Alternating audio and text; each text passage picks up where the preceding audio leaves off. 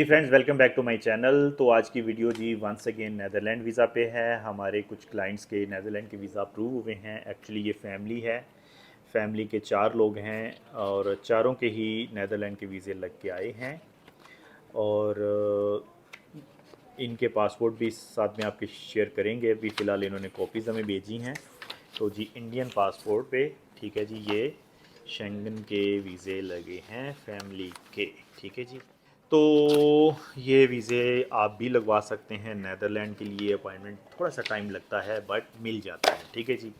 तो अब इनकी जो ट्रैवल हिस्ट्री की अगर बात की जाए तो इंडियन पासपोर्ट है, ट्रैवल हिस्ट्री नहीं थी। इनका सेल्स मैनेजर का वीज़ा था, बाकी फैमिली के वीज़े थे। सारे बच्चे स्कूल गोइंग थे और इनको वीज़े मिल गए हैं। टाइम ज़्यादा लगा है, 30 से 35 दिन का टाइम लगा है बट इनके वीज़े मिल गए हैं। मल्टी एंट्री वीज़ा मिला है और ये 30 डेज़ वहाँ स्टे भी कर सकते हैं। ठीक है जी।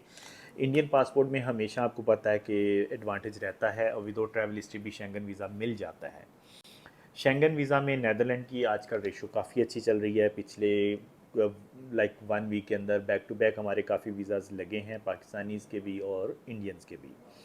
शेंगन वीज़ा स्पेशली जो नेदरलैंड का है, इसके लिए जो डॉक्यूमेंट्स की अगर बात की जाए तो पासपोर्ट और आईडी 6 मंथ तक वैलिड होने चाहिए।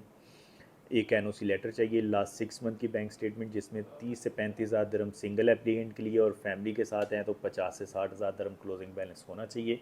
लास्ट 6 मंथ की बैंक स्टेटमेंट के साथ साथ आपने जो प्रोवाइड करना है, अगर फैमिली के साथ कर रहे हैं तो मैरिज सर्टिफिकेट और बर्थ सर्टिफिकेट्स बच्चों के चाहिए। ठीक है जी। साथ साथ आपकी डॉक्यूमेंटेशन में पासपोर्ट, आईडी, वीज़ा, फ़ोटो, ठीक है, और एनओसी और लास्ट 6 मंथ की बैंक स्टेटमेंट। इसके बाद वीज़ा एप्लीकेशन फॉर्म फिल करना होता है। इसके बाद कवरिंग लेटर होती है, ट्रैवल आइटनरी होती है, hotel booking, return ticket, travel insurance, ये सब। और प्लस आपके जो एडिशनल डॉक्यूमेंट्स, घर का टेनेंसी कॉन्ट्रैक्ट हो सकता है, ऑफिस का ट्रेड लाइसेंस हो सकता है, या फिर अगर आपने कोई ट्रैवल किया है तो ट्रैवल हिस्ट्री के डॉक्यूमेंटेशन भी हो सकते हैं, या आपकी कोई प्रॉपर्टी है या आपकी कोई गाड़ी है या इस तरह की कोई डॉक्यूमेंटेशन है तो वो भी आप साथ में ही लगा सकते हैं। तो इस तरह जी शेंगन वीज़ा अप्लाई हो जाता है। और कुछ कंट्रीज़ के लिए 3 महीने की बैंक स्टेटमेंट चाहिए होती है, कुछ कंट्रीज़ के लिए 6 महीने की बैंक स्टेटमेंट चाहिए होती है। ठीक है जी। शेंगन वीज़ा का फ़ायदा ये होता है कि एक ही वीज़ा पे आप जाके दूसरी कंट्रीज़ में भी ट्रैवल कर सकते हैं। लगभग 30 कंट्रीज़ के लिए आप जा सकते हैं एक ही वीज़ा पे। फ़र्स्ट टाइम जिस कंट्री ने वीज़ा दिया है, कोशिश किया करें कि आप उसी कंट्री में पहले जाएं, वहाँ एंट्री करें और एग्ज़िट आप जहाँ से मर्ज़ी कर सकते हैं। ठीक है जी। तो जैसे इनका वीज़ा लगा है नेदरलैंड का, इसका इनका जो प्लान है basically Netherland, Germany, Switzerland, Italy, ये 3-4 कंट्रीज़ को उन्होंने ट्रैवल करना है। तो एक ही वीज़ा पे ये जो भी अपना प्लान है ये कवर कर सकते हैं। ठीक हो गया दोस्तों। तो अगर आप भी अप्लाई करना चाहते हैं पाकिस्तानी पासपोर्ट पे वीज़ा डेजिग्नेशन अगर तो अच्छा है, like partner, investor, director, manager, तो विदाउट ट्रैवल हिस्ट्री अप्लाई करें। अगर ये कैटेगरी आपके पास नहीं है तो फिर आप 2 से 3 कंट्रीज़ का ट्रैवल करें।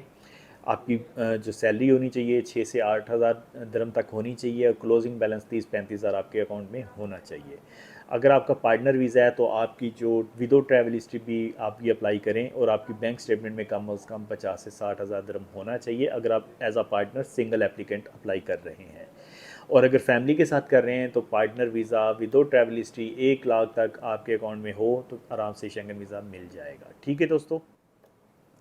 दूसरी बात ये है कि पाकिस्तानी या बांग्लादेशीज़ का होता क्या है कि पासपोर्ट आपको पता है कितना स्ट्रॉन्ग नहीं है।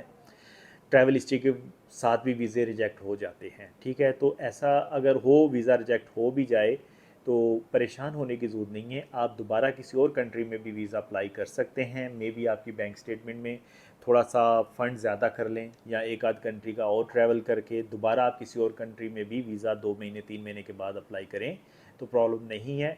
एक जगह से वीज़ा रिजेक्ट हुआ है तो दूसरी जगह से मिल जाएगा। एक जगह से वीज़ा अगर रिजेक्ट हो गया तो इसका मतलब ये नहीं है कि शेंगन में आपको वीज़ा नेक्स्ट मिलना ही नहीं है या आप बैन हो चुकी हो। ठीक है। आपके पास डॉक्यूमेंटेशन प्रॉपर है, हर एक चीज़ प्रॉपर है। पासपोर्ट की वजह से कहीं ना कहीं प्रॉब्लम आ जाती हैं, वीज़ा रिजेक्ट हो जाता है बट कुछ टाइम के बाद दोबारा अप्लाई करें तो मिल जाता है। मैंने ऐसी ऐसी फाइलें भी देखी हैं जिनके 2-2 बार, 3-3 बार, 4-4 बार, 5-5 बार भी शेंगन वीज़े रिजेक्ट हुए हैं और उनको दोबारा मिल जाते हैं। ठीक है। तो घबराया नहीं करें, परेशान नहीं हुआ करें। बहुत सारे दोस्त मेरे पास आते हैं शेंगन वीज़ा रिजेक्ट हो गया तो मैं अब क्या करूं, परेशान हो जाते हैं। ठीक है। अक्सर मैंने देखा बहुत इमोशनल हो जाते हैं, यहाँ पे आके रोना भी शुरू हो जाते हैं। तो दोस्तों ये पार्ट ऑफ बिज़नेस है, पार्ट ऑफ लाइफ है। लक भी होती है, some time without travel history भी मिल जाता है, सम टाइम अच्छी अच्छी प्रोफाइल के वीज़े भी रिजेक्ट हो जाते हैं। सो मेन चीज़ ये है कि हिम्मत नहीं हारा करें, कीप ट्राइंग। ठीक है जी। तो हमारी अगर बात की करें तो यार हम लोग अम्बेसी नहीं है। हम आपकी फ़ाइल बनाएंगे, पूरी कोशिश करते हैं कि हमारी तरफ से फ़ाइल प्रॉपर हो, पूरी कोशिश करते हैं कि डॉक्यूमेंटेशन प्रॉपर हो। आगे वीज़ा देना जो होता है वो एम्बेसी के हाथ में होता है। ठीक है जी। हमारी तरफ से सिर्फ कोशिश हो सकती है। तो फिर भी हम अपनी तरफ से हमारा बेस्ट करते हैं, क्योंकि अगर आपका वीज़ा लगता है तो आपकी कामयाबी हमारी कामयाबी होती है। ठीक है। तो हमें भी खुशी होती है। तो कोशिश किया करें, परेशान नहीं हुआ करें। ठीक है जी। तो अगर आप इंटरेस्टेड हैं शेंगन वीज़ा अप्लाई करने के लिए, सिर्फ 850 दिरहम हम आपसे चार्ज करेंगे, कंप्लीट फ़ाइल बनाएंगे, उसमें आपकी वीएफएस की अपॉइंटमेंट भी इंक्लूडेड होगी। ठीक है जी। तो अगर आप इंटरेस्टेड हैं शेंगन वीज़ा अप्लाई करने के लिए, दिए गए नंबर पर कॉन्टैक्ट कर सकते हैं या डायरेक्ट ऑफिस भी आ सकते हैं। ठीक है जी। Thank you very much for watching the video. अगर आप मेरे चैनल पर नए हैं तो चैनल को सब्सक्राइब कर लें, बेल आइकन को प्रेस कर लें। थैंक्स।